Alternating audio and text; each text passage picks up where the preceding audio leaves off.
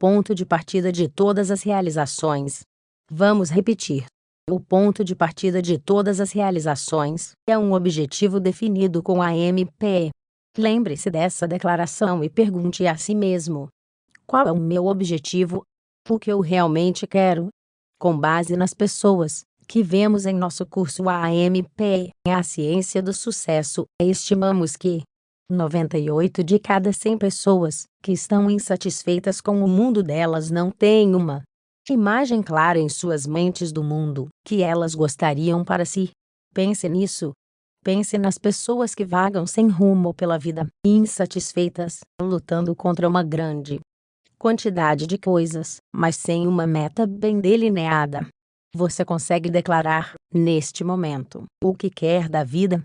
Estabelecer metas pode não ser fácil. Pode até envolver algum autoexame doloroso. Mas vai valer a pena qualquer esforço que custe, porque, assim que definir sua meta, você pode esperar desfrutar de muitas vantagens. Essas vantagens vêm quase automaticamente. A primeira grande vantagem é que sua mente subconsciente começa a trabalhar sob uma lei universal. O que a mente do homem pode conceber e acreditar, a mente do homem pode alcançar com a MP. Como você visualiza seu destino, sua mente subconsciente é afetada por essa autossugestão. Ela começa a trabalhar para ajudá-lo a chegar lá. 2. Como você sabe o que quer, existe a tendência de tentar entrar no caminho certo e rumar na direção certa. Você entra em ação. 3. Trabalhar torna-se divertido. Você está motivado para pagar o preço. Orça seu tempo e dinheiro. Estuda, pensa e planeja. Quanto mais pensa sobre suas metas, mais entusiasmado fica. E, com entusiasmo, seu desejo se transforma em um desejo ardente. 4. Você fica alerta às oportunidades, as quais ajudarão a atingir seus objetivos à medida que se apresentem em suas experiências cotidianas. Como você sabe o que quer, é mais provável que reconheça essas oportunidades. Essas 4 vantagens são ilustradas por uma experiência inicial do homem que mais tarde se tornou editor do Ladisome Journal. Edward Bock veio da Holanda com seus pais quando era garoto. Ele ficou imbuído na ideia de que algum dia dirigiria uma revista. Com essa meta específica diante dele, Bock conseguiu agarrar um incidente tão trivial que teria passado despercebido pela maioria de nós. Ele viu um homem abrir um maço de cigarros, tirar um pedaço de papel e jogá-lo no chão. Bock abaixou-se e pegou o pedaço de papel. Nele havia a foto de uma atriz famosa. Embaixo da foto, havia a informação de que ela fazia parte de uma coleção. O comprador dos cigarros era exortado a colecionar o conjunto completo de fotos. Ele virou o pedaço de papel e observou que a parte de trás estava totalmente em branco. A mente de Bock, preenchida com um objetivo, farejou uma grande oportunidade ali. Ele raciocinou que o valor da foto incluída no maço de cigarros seria grandemente realçado se o lado em branco fosse dedicado a uma breve biografia da pessoa retratada. Foi até a empresa litográfica, que imprimia o encarte, e explicou sua ideia para o gerente, que prontamente disse: "Vou lhe dar $10 por unidade, se você me escrever uma biografia de 100 palavras de 100 americanos famosos. Envie-me uma lista e agrupe-os. Sabe como é? Presidentes, soldados famosos, atores, autores e assim por diante." Foi assim que Edward Bock conseguiu seu primeiro trabalho literário. A demanda por suas biografias curtas ficou muito grande, e ele precisou de auxílio. Então, ofereceu a seu irmão $5 para cada uma, por sua ajuda. Em pouco tempo, tinha 5 jornalistas ocupados a produzir biografias para as prensas de litografia. Bock, ele era o editor. Você tem sucesso inato. Observe que nenhum dos homens aqui mencionados teve o sucesso entregue de bandeja. Inicialmente, o mundo não foi particularmente bom com Edward Bock, ou o juiz Cooper. Ainda assim, cada um forjou uma carreira de grande satisfação a partir da matéria-prima. ao seu redor. E cada um fez isso por meio do desenvolvimento de muitos talentos encontrados dentro de si mesmo. Todos têm muitos talentos para superar seus problemas especiais. É interessante notar que a vida nunca nos deixa encalhados. Se ela nos dá um problema, nos dá também as habilidades com as quais enfrentar o problema. Nossas habilidades variam, é claro, conforme estamos motivados para usá-las. E, mesmo que você esteja mal de saúde, ainda assim pode levar uma vida feliz e útil. Você pode pensar na falta de saúde como uma desvantagem muito grande para superar. Caso isso seja verdade, tome coragem a partir da experiência de Milo C. Jones. Milo não havia tentado adquirir riqueza quando tinha boa saúde. Então ficou doente. Quando adoeceu, as chances voltaram-se fortemente contra ele. Eis aqui a história de sua experiência. Quando Milo C. Jones tinha boa saúde, trabalhava muito duro. Ele era agricultor e conduzia uma pequena fazenda perto de Fort Atkinson, Wisconsin. Mas de algum modo parecia incapaz de fazer sua fazenda produzir muito mais do que as necessidades básicas para ele e sua família. Essa forma de vida seguia ano após ano. Então algo aconteceu de repente. Jones foi acometido por uma extensa paralisia e ficou confinado à cama. Ali estava um homem que, tarde na vida, tornara-se completamente incapacitado. Mal conseguia mover o corpo. Seus parentes estavam certos de que ele seria permanentemente infeliz como um inválido. Irremediável. E teria sido, caso algo mais não tivesse lhe acontecido. E ele fez acontecer. Aquilo lhe trouxe o tipo de felicidade que vem com a realização e o sucesso financeiro. O que Jones usou para provocar essa mudança? Usou a mente. Sim, seu corpo estava paralisado, mas sua mente não fora afetada. Ele podia pensar e pensou, e planejou. Um dia, enquanto engajado em pensamento e planejamento, reconheceu a pessoa mais importante do mundo com o talismã mágico com a MP de um lado e a MN do outro. Jones viu claramente que era uma mente com um corpo. E tomou sua decisão naquele exato instante. A MP atrai riqueza. Milo C. Jones optou por desenvolver uma atitude mental positiva. Optou por ser esperançoso, otimista, feliz e converter o pensamento criativo em realidade. Começando exatamente onde estava. Queria ser útil. E queria sustentar sua família, em vez de ser um ônus para ela. Mas como poderia transformar sua desvantagem em vantagem? Ele não deixou esse problema vital impedi-lo. Ele encontrou a resposta. Primeiro, Jones contou suas bênçãos. Descobriu ter muito pelo que ser grato. Essa gratidão levou-o a procurar bênçãos adicionais das quais poderia desfrutar no futuro. E, como estava procurando, entre outras coisas, uma maneira de ser útil, encontrou, reconheceu aquilo que estava buscando. Era um plano que exigia ação. Então Jones entrou em ação mental. Ele revelou o plano aos membros da sua família. Já não sou capaz de trabalhar com minhas mãos, começou, então decidi trabalhar com minha mente. Cada um de vocês pode, se quiser, tomar o lugar de minhas mãos, pés e corpo físico. Vamos plantar cada acre cultivável de nossa fazenda com milho. Então vamos criar porcos e alimentá-los com o milho. Vamos abater os porcos enquanto forem jovens e tenros, e convertê-los em salsichas. Então podemos empacotar e vender sob uma marca. Vamos vender nos varejos de todo o país. E deu uma risadinha ao dizer: elas vão vender como pão quente. E venderam mesmo como pão quente. Em poucos anos a marca Jones Little Pig Sausages tornou-se sinônimo de produto de consumo familiar. E essas 4 palavras tornaram-se um símbolo que tantaliza o apetite de homens, mulheres e crianças por toda a nação. Milo C. Jones viveu para ficar milionário. E conseguiu ainda mais por meio de uma atitude mental positiva. Por ter virado seu talismã para o lado de AMP. Assim, embora fosse deficiente físico, se tornou um homem feliz. Ele ficou feliz, porque era útil. Uma fórmula para ajudá-lo a mudar o seu mundo. Felizmente, nem toda a vida é confrontada com grandes dificuldades. No entanto, todo mundo tem problemas. E todo mundo reage aos símbolos motivadores por meio de sugestão ou autossugestão.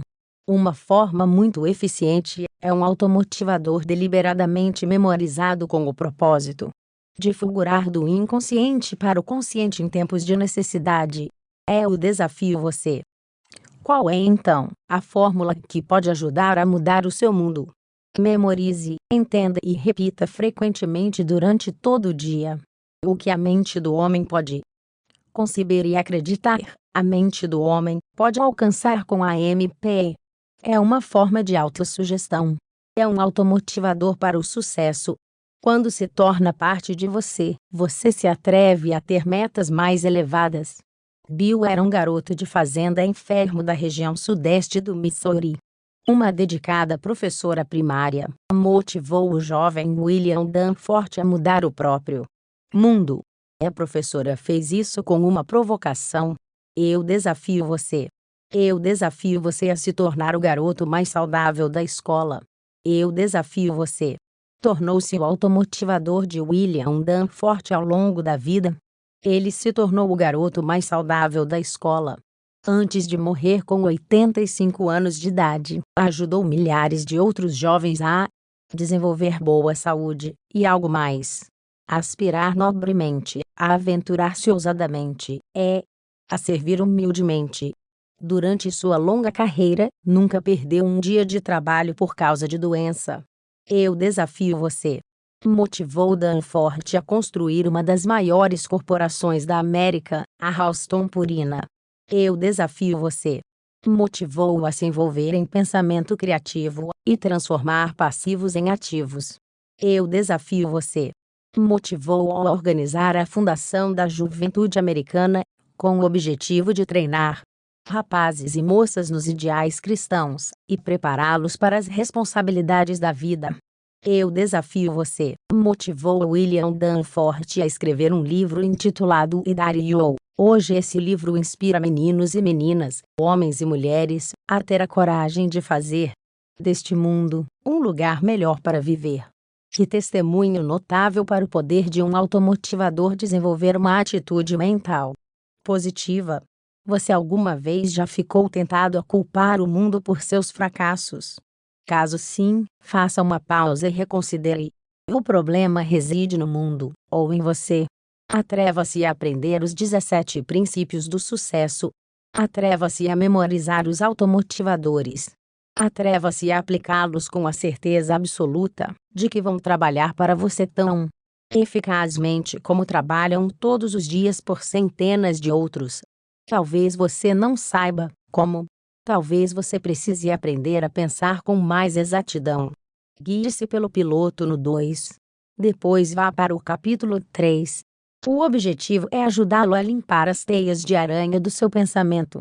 Piloto no 2. Pensamentos pelos quais Sergipe guiar você pode mudar seu mundo. Para conseguir qualquer coisa que vale a pena na vida, é necessário estabelecer metas elevadas para si mesmo e querer atingi-las. Você pensou nas metas elevadas que gostaria de atingir? 1. 2. Imprima os 17 princípios indelevelmente em sua memória. Você os memorizou. 3. Você tende a culpar o mundo. Se você faz isso, memorize o automotivador.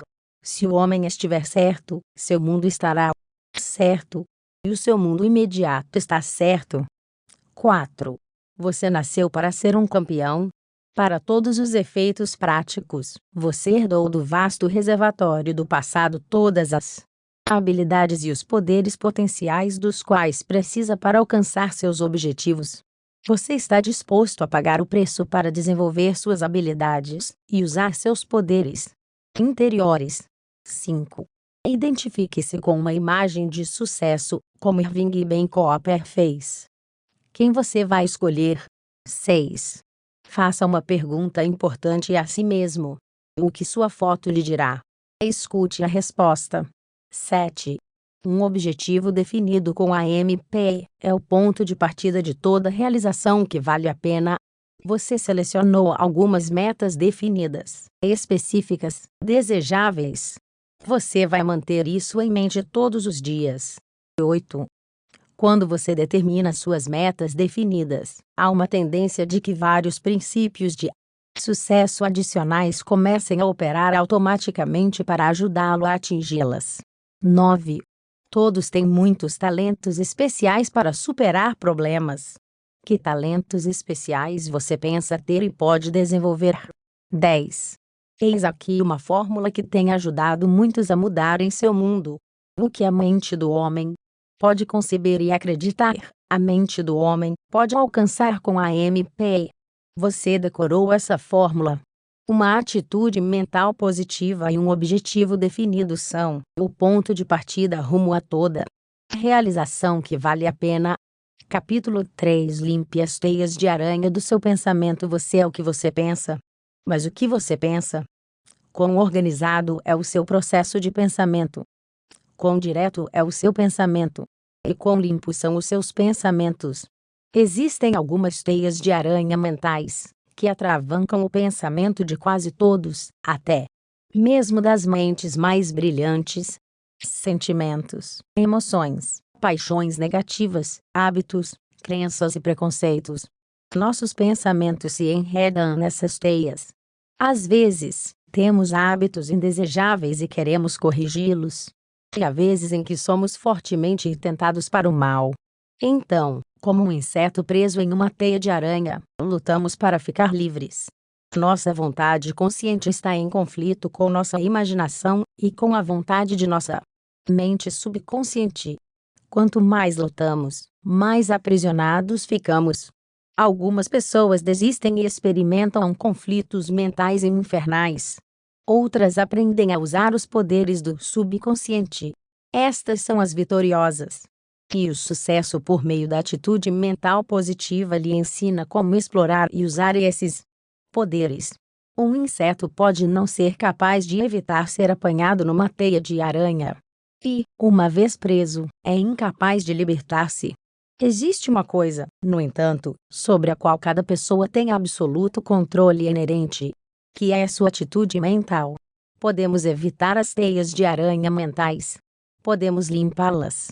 E podemos varrê-las quando começam a se desenvolver. Podemos nos libertar quando enredados. E podemos permanecer livres. Você faz isso por meio de pensamento exato com a MP. Pensamento exato é um dos 17 princípios do sucesso revelados em atitude mental positiva. Para pensar com exatidão, você deve usar a razão. A ciência de raciocínio ou pensamento exato chama-se lógica. Pode-se aprender em livros escritos especificamente sobre esse assunto, tais como The Artigo of Clear Thinking, de Rudolf Flecht, e Your Most Enchanted Listener, de Wendell Johnson. Introdução à Lógica, de Irving Copy, e The Artigo of Strategic Thinking, de Edwin Leavitt. Clark. Esses livros podem ser de imensa ajuda prática. Mas não agimos apenas pela razão. E a ação baseada no senso comum é o resultado de mais que razão apenas. Depende de hábitos de pensamento e ação, intuições, experiências e outras influências, tais como tendências e ambiente. Uma das teias de aranha do nosso pensamento é supor que agimos apenas pela razão, quando, na realidade, cada ato consciente é resultado de fazer o que queremos. Tomamos decisões. Ao raciocinarmos, há uma tendência para chegarmos a conclusões favoráveis sobre os fortes impulsos internos de nossa mente subconsciente. Essa tendência existe em todos, até mesmo nos grandes pensadores e filósofos. Em 31 a.C., um filósofo grego que vivia em uma cidade no mar Egeu queria ir para Cartago. Ele era professor de lógica, portanto, contemplou razões a favor da viagem e razões contrárias. Para cada razão pela qual deveria ir, ele descobriu que existiam muitas razões mais para não ir. Claro que ele ficaria mareado. O barco era tão pequeno que uma tempestade poderia colocar sua vida em risco. Piratas com embarcações velozes estavam à espera para saquear navios mercantes na costa de Trípoli. Se seu navio fosse capturado, eles levariam seus bens materiais e o venderiam como escravo. A prudência indicava que ele não deveria fazer a viagem. Mas ele fez. Por quê? Porque ele quis. Acontece que emoção e razão devem estar em equilíbrio na vida de todos. Nenhuma das duas deve exercer o controle sempre. Então, às vezes é bom fazer o que você quer fazer em vez do que a razão teme. Sobre esse filósofo, ele fez uma viagem muito agradável e voltou para casa em segurança. E houve ainda Sócrates, o grande filósofo ateniense, que viveu entre 470 a.C. e 399 a.C. Ele entrou para a história como um dos pensadores mais proeminentes de todos os tempos. Sábio como Sócrates era, havia teias de aranha em seu pensamento também. Quando jovem, Sócrates apaixonou-se por Xantipa. Ela era muito bonita. Ele não era bem apessoado, mas era persuasivo. Indivíduos persuasivos parecem ter a capacidade de obter o que querem. Sócrates obteve sucesso em convencer Xantipa a se casar com ele. Você está vendo somente o cisco no olho do outro. Depois que a lua de mel acabou, as coisas não foram muito bem em casa. A esposa começou a ver os defeitos dele. Ele viu os dela. Ele era motivado pelo egoísmo. Ele era egoísta. Ela reclamava sempre dele. Sócrates teria dito: o meu objetivo na vida é lidar bem com as pessoas.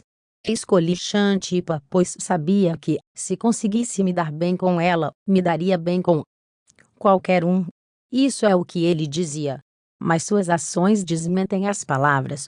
É duvidoso que ele tenha tentado se dar bem com mais que umas poucas pessoas. Quando você sempre tenta provar aos outros que eles estão errados, você os repele em vez de atrair, como Sócrates fez.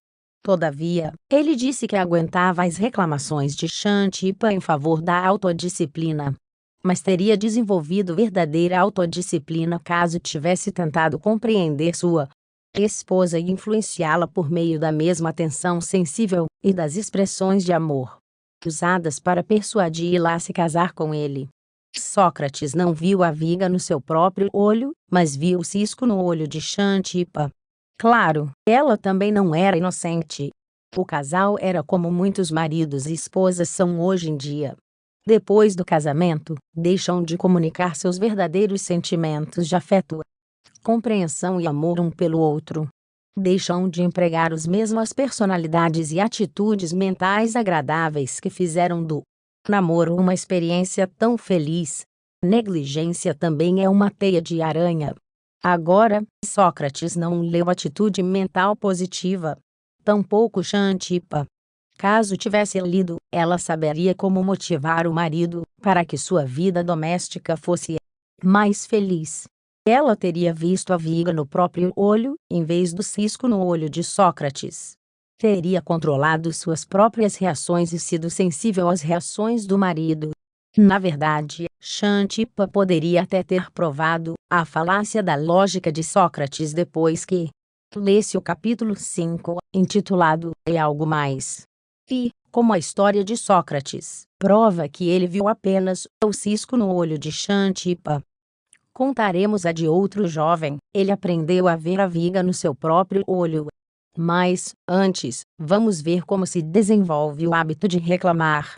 Veja, quando sabe a causa de um problema, você pode muitas vezes evitá-lo. Ou pode encontrar sua própria solução para esse problema, caso já esteja às voltas com ele. Em A Linguagem no Pensamento e na Ação, S.I. Hayakawa escreveu: a fim de curar o que ela acredita ser os defeitos do marido, uma esposa pode reclamar dele. Os defeitos dele pioram, então ela reclama um pouco mais. Naturalmente, os defeitos dele ficam ainda piores, e ela reclama ainda mais. Governada por uma reação fixa ao problema dos defeitos do marido, ela pode enfrentar aquilo de um só jeito. Quanto mais continua, pior fica, até que ambos ficam com os nervos em frangalhos. O casamento deles é destruído, e suas vidas são despedaçadas. Mas e quanto ao jovem? Na primeira noite de uma turma de AMP, a ciência do sucesso, foi perguntado a ele: por que está fazendo este curso? Por causa da minha esposa, respondeu. Muitos dos alunos riram, mas não o instrutor. Ele sabia por experiência própria que existem muitos lares infelizes quando o marido ou a esposa vê os defeitos do outro, mas não os próprios. Ele restaurou a felicidade em sua casa. 4 semanas mais tarde, em uma conferência privada, o instrutor perguntou ao aluno: como você está lidando com o seu problema? Está resolvido. Que maravilha! Mas como você resolveu? Eu aprendi. Quando sou confrontado com um problema que envolve mal-entendidos com outras pessoas, devo começar primeiro por mim mesmo. Quando examinei minha própria atitude mental, descobri que era negativa. No fim, meu problema realmente não estava em minha esposa, estava em mim. Ao resolver meu problema, verifiquei que eu não tinha mais um problema com ela. Então, se Sócrates tivesse dito a si mesmo: quando me deparo com um problema que envolve um mal-entendido com Xantipa, devo começar primeiro por mim mesmo. E o que aconteceria se você dissesse a si mesmo: quando me deparo com um problema que envolve um mal-entendido com outra pessoa, devo começar primeiro por mim mesmo? A sua vida seria mais feliz. Mas existem muitas outras teias de aranha que interferem na felicidade. Curiosamente, o maior obstáculo é a própria ferramenta do pensamento. As palavras. Palavras são símbolos, como S. e Ayakawanis diz em seu livro. E você vai descobrir que um símbolo de uma única palavra pode significar para você a soma total de uma combinação de inúmeras ideias, conceitos e experiências. E, ao continuar a ler a atitude mental positiva, vai ver também que o subconsciente se comunica instantaneamente com a mente usando símbolos.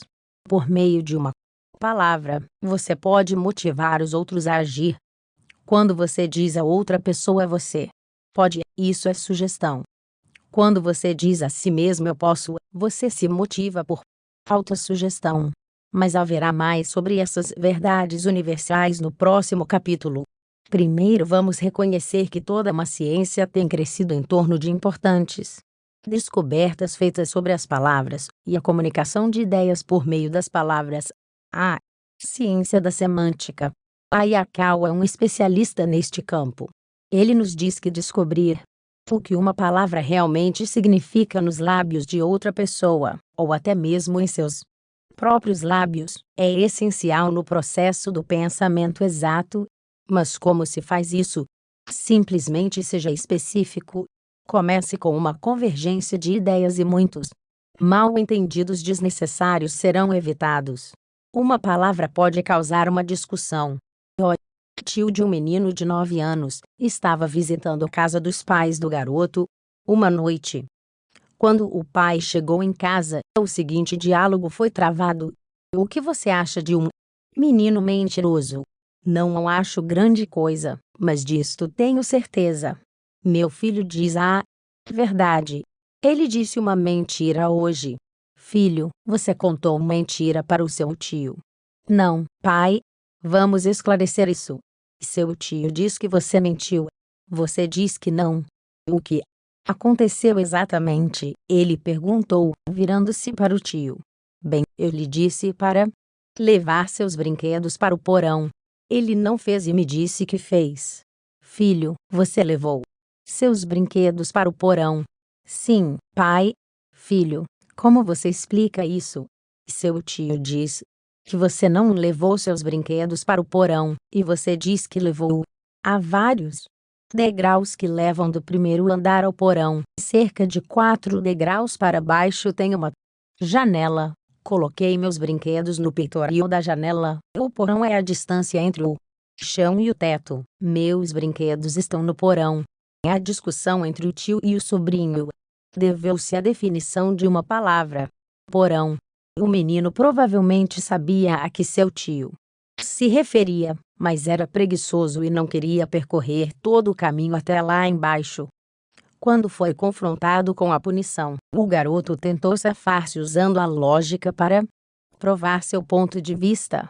Isso pode ser intrigante, mas mais motivadora será a história de um jovem que não sabia o que significava o mais importante símbolo em palavra de qualquer idioma.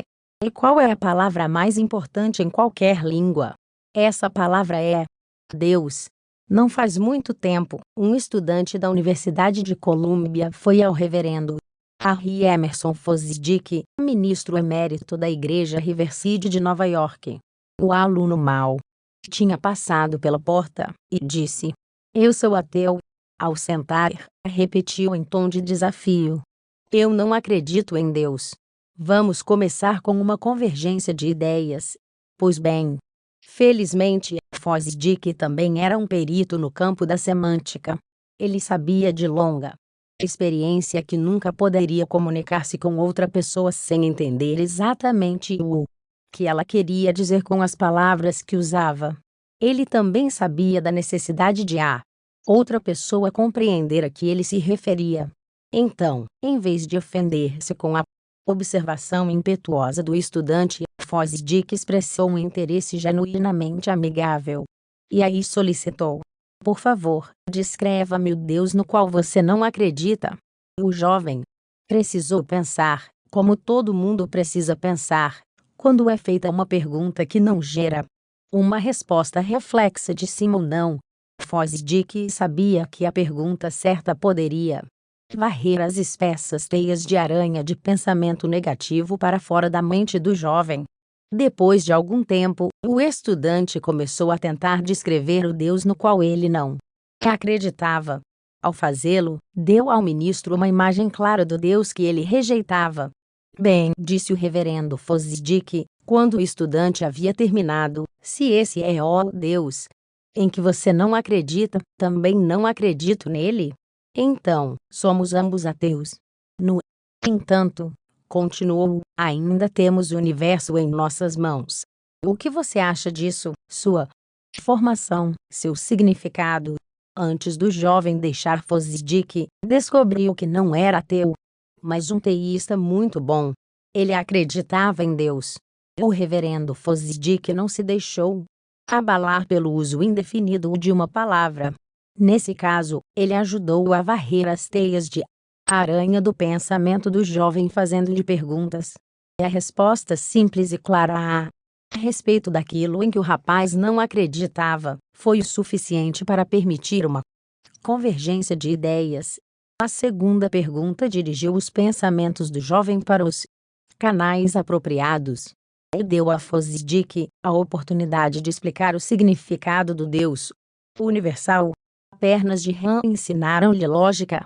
Como já vimos, o estudante chegou a duas conclusões completamente diferentes, cada uma baseada em uma premissa diferente. Teias de aranha irão interferir no pensamento exato e fazer com que você chegue a uma conclusão errada quando começar com uma premissa falsa. W. Clement Stone teve uma experiência divertida com isso, que ele descreve como segue: "Quando garoto, eu gostava de comer pernas de rã. Um dia, em um restaurante, foi servida perna de rã gigante, e não gostei. Naquele instante decidi que não gostava de pernas de rã grandes. Alguns anos depois, estava em um restaurante fino em Louisville, Kentucky, e vi pernas de rã no menu. Minha conversa com o garçom foi assim: são pernas de rã pequenas?" "Sim, senhor." "Tem certeza?" "Não gosto das grandes." "Sim, senhor." "Se forem pequenas, para mim será ótimo." "Sim, senhor." Quando o garçom trouxe a entrada, vi que eram pernas de rã gigantes. Fiquei irritado e disse: "Não são pernas de rã pequenas. São as menores que conseguimos encontrar, senhor", respondeu o garçom. Ao invés de ser desagradável, comi as pernas de rã. E gostei tanto que desejei que tivessem sido maiores. Aprendi uma lição de lógica. Ao analisar o assunto, percebi que minhas conclusões sobre os méritos de pernas de rã pequenas e grandes tinham sido baseadas na premissa errada. Não era o tamanho das pernas de rã que as tornavam desagradáveis. O fato foi que as pernas de rã gigantes que comi pela primeira vez não estavam frescas. Eu havia associado minha aversão por pernas de rã gigantes com o tamanho, e não com a deterioração. Vemos que as teias de aranha impedem o pensamento exato quando começamos com a premissa errada. Muita gente pensa erroneamente quando permite que certos símbolos todo-abrangentes em palavra atravanquem sua mente com falsas premissas. Palavras ou expressões, como sempre, somente, nunca, nada, tudo, todos, ninguém, não pode, impossível, ou muito, frequentemente são premissas falsas. Por consequência, quando são usadas dessa maneira, as condições lógicas são falsas. A necessidade somada à AMP pode motivá-lo a ter sucesso. Existe uma palavra que, quando usada com AMP, motiva a pessoa à realização honrosa. Quando usada com AMN, torna-se desculpa para mentiras, enganação e fraude. Necessidade é a palavra. A necessidade é a mãe da invenção e o pai do crime. Padrões invioláveis de integridade são fundamentais para toda realização que vale a pena e são parte integrante de AMP. Ao longo de todo este livro você vai ler muitas histórias de sucesso nas quais as pessoas são motivadas pela necessidade. E, em cada um desses casos, vai verificar que as pessoas alcançaram sucesso sem transgredir um padrão inviolável de integridade. Lee Braston é um desses homens. Lee Braston, de Victorville, Carolina do Norte, era filho de um ferreiro muito esforçado. Ele era o 10º filho de uma família de 12. Então você pode dizer, comentou Braston, que travei conhecimento com a pobreza no início da vida. Por meio de trabalho duro, consegui terminar o 6º ano na escola. Engraxei sapatos, entreguei mantimentos, vendi jornais, trabalhei em uma fábrica de meias, lavei automóveis e servi como ajudante de mecânico. Quando se tornou um mecânico, pareceu a Lee que ele tinha subido tanto quanto poderia. Talvez ainda não tivesse desenvolvido a insatisfação inspiradora. A certa altura, se casou e, juntos, ele e a esposa viviam em grande contenção de gastos. Ele estava acostumado com a pobreza e parecia-lhe impossível quebrar os laços que o seguravam, embora fosse parcamente remunerado e mal sustentasse a família. Os Brastons já estavam em terrível dificuldade para fazer face às despesas quando, para completar o quadro da derrota, ele perdeu o emprego. Sua casa estava prestes a ser tomada, porque Lee não tinha condições de cumprir os pagamentos da hipoteca. Parecia uma situação irremediável. Mas ele era um homem de caráter. Também era um homem religioso. E acreditava que Deus é sempre um bom Deus. Então orou em busca de orientação. Como se em resposta à sua oração, recebeu o livro Quem Pensa Enriquece de um amigo. Esse amigo tinha perdido o emprego e a casa na depressão, mas ficara motivado para recuperar sua fortuna depois de ler Quem Pensa Enriquece. Agora Lee estava pronto. Ele leu o livro vez após vez. Estava em busca de sucesso financeiro. Disse para si mesmo: parece-me haver algo que devo fazer. Preciso acrescentar algo. Nenhum livro fará isso por mim. A primeira coisa que devo fazer é desenvolver uma atitude mental positiva em relação às minhas habilidades e minhas oportunidades. Certamente preciso escolher uma meta definida. Quando fizer, devo mirar mais alto do que no passado. Mas tenho que começar. Vou começar com o primeiro trabalho que conseguir encontrar. Procurou o trabalho e encontrou um. De início não recebia muito.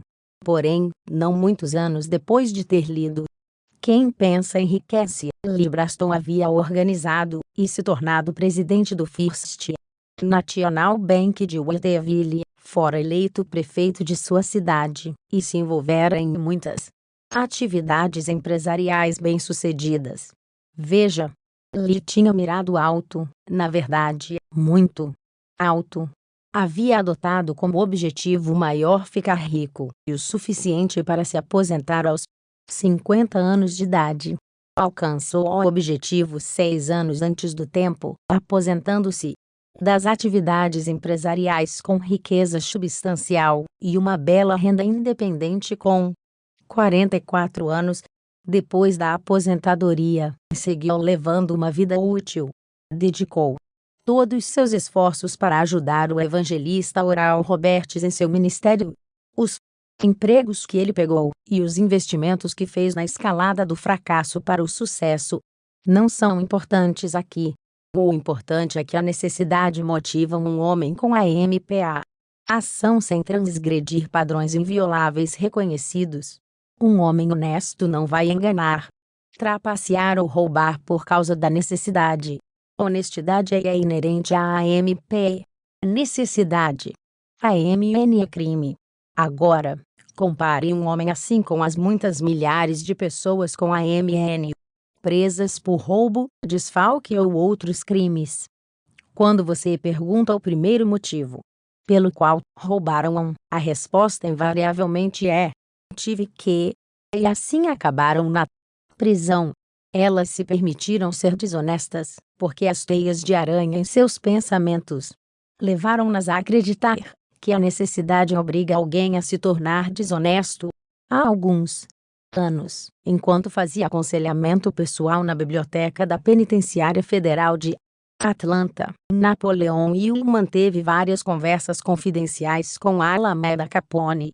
Em uma dessas conversas, o autor perguntou: como você começou na vida do crime? Capone respondeu com uma palavra: necessidade. Então vieram-lhe lágrimas aos olhos, e ele engasgou. Começou a contar algumas das coisas boas que tinha feito, e os jornais nunca haviam mencionado. Claro, essas coisas parecem insignificantes em comparação com o mal que é atribuído a ele. Aquele homem infeliz desperdiçou a vida, destruiu sua paz mental, minou seu corpo físico com uma doença mortal, e espalhou medo e desastre no caminho que seguiu, tudo porque nunca aprendeu a limpar as teias de aranha de seu pensamento a respeito de necessidade. E, quando Capone contou de suas boas ações, dando a entender que compensavam em grande medida os erros cometidos, ele indicou claramente outra teia de aranha que o impedia de pensar com exatidão. Embora um homem possa neutralizar o mal feito por meio de arrependimento verdadeiro, seguido por uma vida de boas ações, Capone não era esse tipo de homem. Mas havia um homem assim. Ele foi um adolescente problemático. No entanto, sua mãe nunca perdeu a esperança, apesar de muitas de suas orações específicas para ele parecerem sem resposta. Ela nunca perdeu a fé. Independentemente das escapadas ou dos delitos do filho, ele era um filho adolescente problemático. Esse jovem se tornou um filho adolescente problemático educado, intelectual, apaixonado e sensual. Ele tinha orgulho em ser o primeiro, mesmo no mal. Dizem que desobedeceu os pais e professores, mentiu e enganou, cometeu furtos, trapaceou no jogo, entregou-se a excessos alcoólicos e sexuais. Todavia, por causa dos constantes e sérios apelos da mãe para corrigir seus caminhos, lutou para encontrar a si mesmo, antes de chegar ao ponto mais baixo de sua vida moral. Às vezes ele ficava cheio de vergonha por saber que homens com menos educação eram capazes de resistir às tentações que ele se considerava impotente para resistir. Como tinha instrução e estava procurando, estudou a Bíblia e outros livros inspiradores de sua época. Mesmo assim, perdeu muitas batalhas para si mesmo. Então um dia, ganhou a batalha que virou a maré para a vitória pessoal. Isso acontece quando uma pessoa continua tentando. Durante um período de remorso, quando foi subjugado pela autocondenação, ouviu uma conversa em que uma voz disse: pegue e leia. Ele foi até o livro mais próximo, abriu e leu. Andemos honestamente como de dia, não em orgias e bebedices, não em impudicícias e dissoluções, não em contendas e ciúmes, mas revesti-vos do Senhor Jesus Cristo, e não vos preocupeis com a carne para não excitardes as suas cobiças. Acontece muitas vezes, depois que alguém sofre uma grave derrota em uma batalha pessoal consigo mesma, nesse ponto ela pode ficar pronta. O remorso pode ser tão emotivo e sincero, que ela fica motivada para tomar medidas imediatas. Pela perseverança, faz a mudança que a mantém na estrada para uma vitória completa.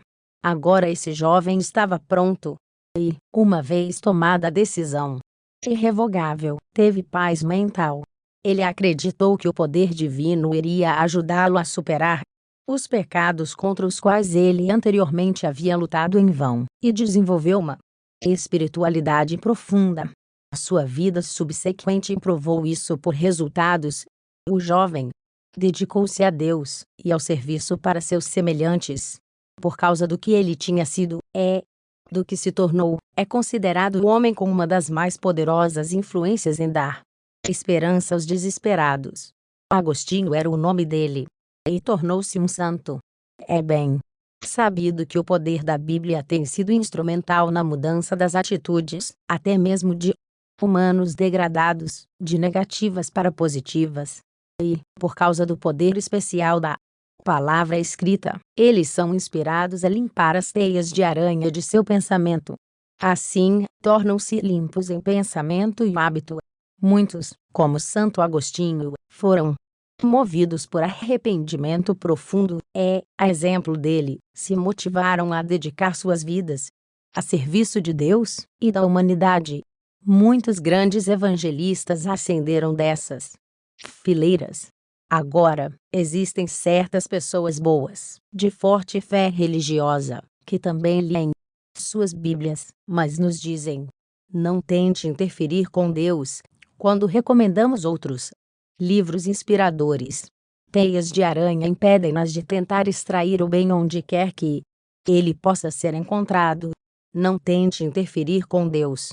Essas boas pessoas temem que seja um sacrilégio ousar explorar os poderes da mente que Deus lhes deu. Escolher, planejar e controlar o futuro.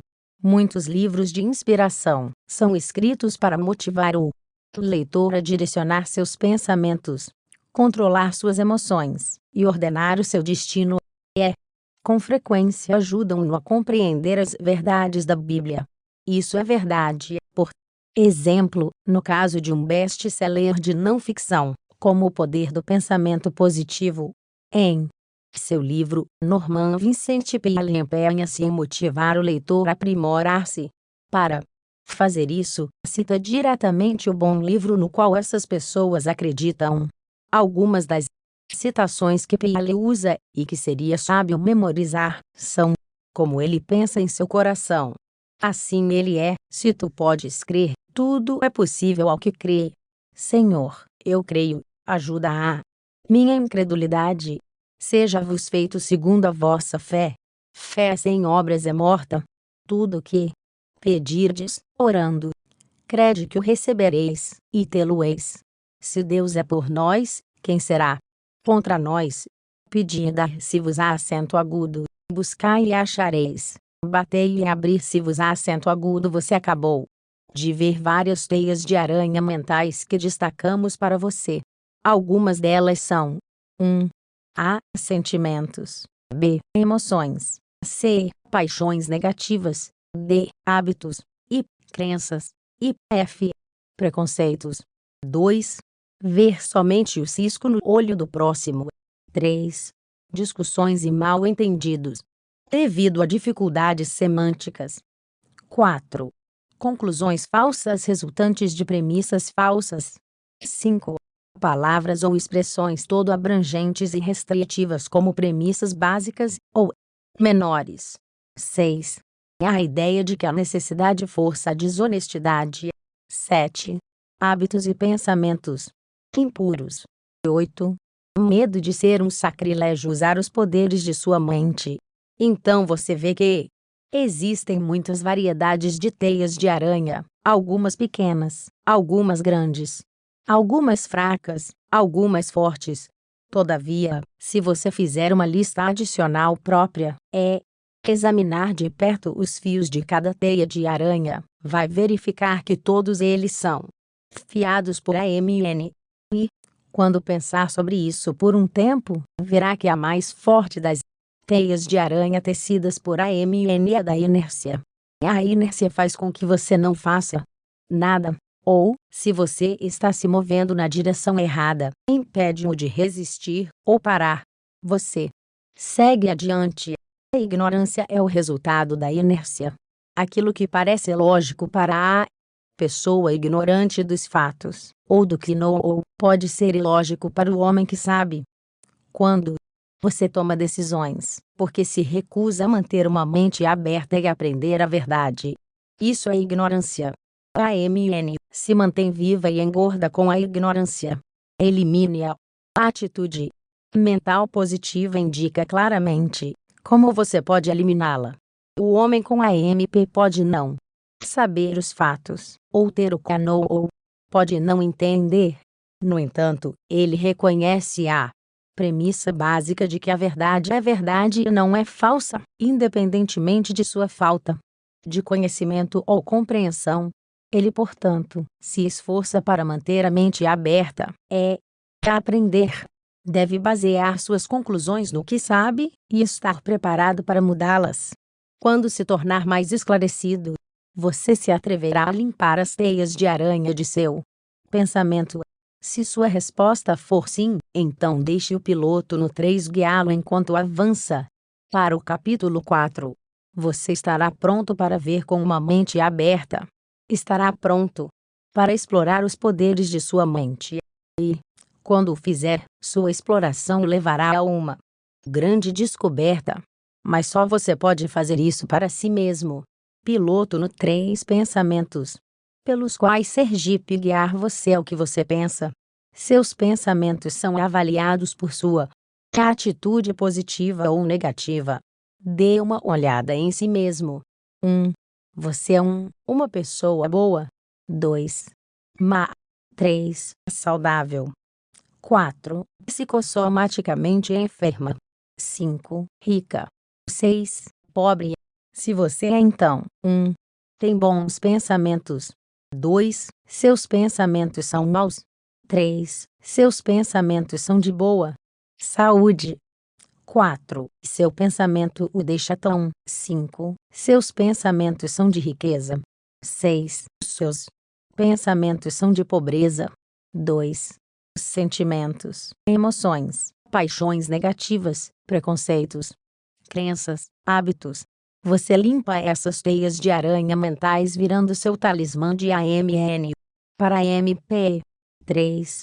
Você pode limpar as teias de aranha de paixões, emoções, sentimentos, tendências, preconceitos, crenças e hábitos negativos virando seu talismã invisível de AMN para MP. Você aprenderá como reagir ao que ler em atitude mental positiva. 4. Quando depara com um problema que envolve um desentendimento com outras pessoas, você deve primeiro começar por si mesmo. 5.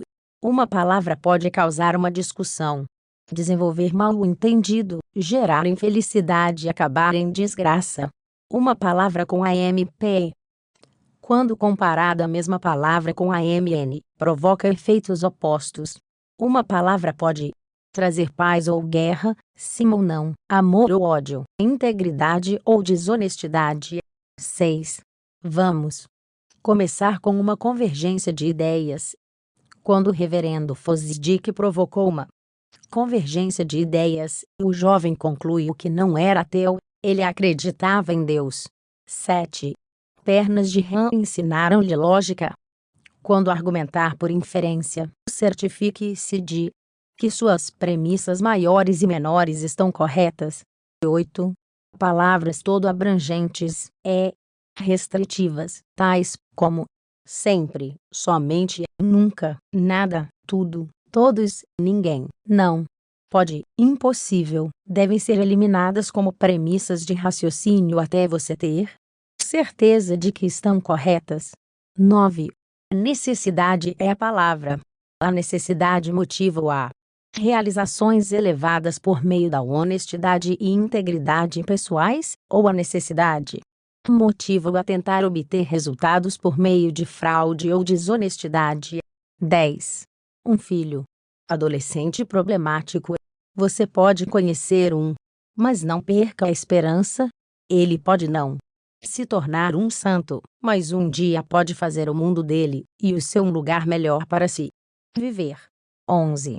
Dirija seus pensamentos, controle suas emoções e ordene seu destino. Memorize e repita frequentemente os automotivadores da Bíblia citados na página 62. 12. Aprenda a separar fatos de ficção.